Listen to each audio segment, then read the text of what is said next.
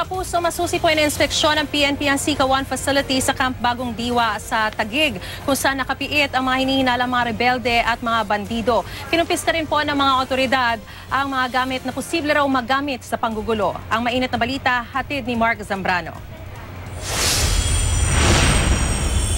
Ginalugad ng 250 tauhan ng PNP Regional Public Safety Battalion, NCRPO at SWAT ang mga selda sa Special Intensive Care Facility and Jail sa Camp Bagong Diwa sa Taguig. Itinuturing na critical facility ang Sika na may halos 400 inmate. Dito nakapiit ang ilang inmates na maaring may kaugnayan sa MNLF, BIFF, Abu Sayyaf at Ansar al-Khalifa Philippines. Puntirya sa raid ang mga kontrabando at mga computers at cellphones na maaring gamitin sa destabilization at terorismo. Bukod sa pagkapkap sa mga inmate at sa kanilang mga dalaw, ininspeksyon din ang mga kutsyon, kabinet, mga libro at mga toilet sakaling may itinago doon.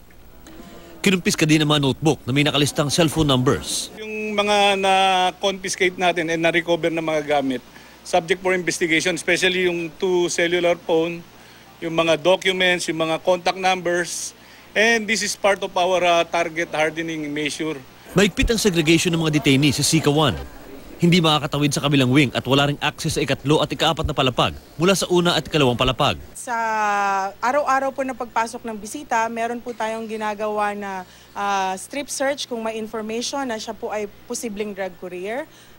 Bukod po sa everyday na Greyhound operation, ay nagsasagawa pa po tayo ng information gathering. Patuloy ang Oplang Galugad at Greyhound hanggang matapos ang Miss Universe Beauty Pageant na gaganapin sa bansa. Mark Zambrano, GMA News.